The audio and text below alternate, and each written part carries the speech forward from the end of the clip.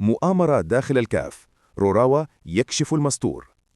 تصريح ناري من الحاج محمد روراوا يهز أركان الفيفا ويفتح ملفا شديد الحساسية بعد عقوبات الكاف.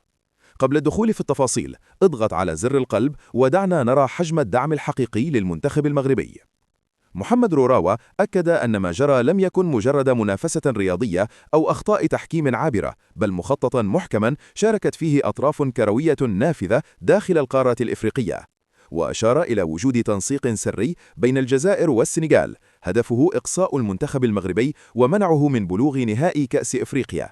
وأوضح أن هذا المخطط جاء نتيجة تداخل حسابات سياسية ورياضية معقدة، مؤكدا أن كرة القدم الإفريقية لم تعد تدار فقط داخل المستطيل الأخضر، بل تتحكم فيها أحيانا مصالح وتحالفات خارج إطار الرياضة. وفي أخطر تصريحاته قال روراوا إن رئيس الاتحاد الإفريقي لكرة القدم كان حسب تعبيره طرفا في هذه العملية، معتبرا ذلك سابقة خطيرة تمس مصداقية الكاف وتفتح باب الشك حول نزاهة القرارات المتخذة.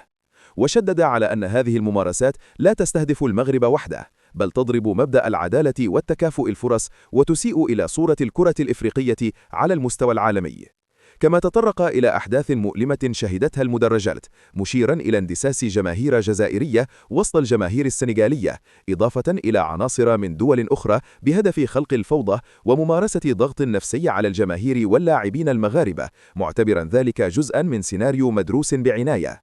وعبر روراوا عن أسفه لانسحاب المغرب من تنظيم كأس إفريقيا 2028، مؤكدا أن القارة بأكملها خسرت فرصة تنظيم نسخة استثنائية.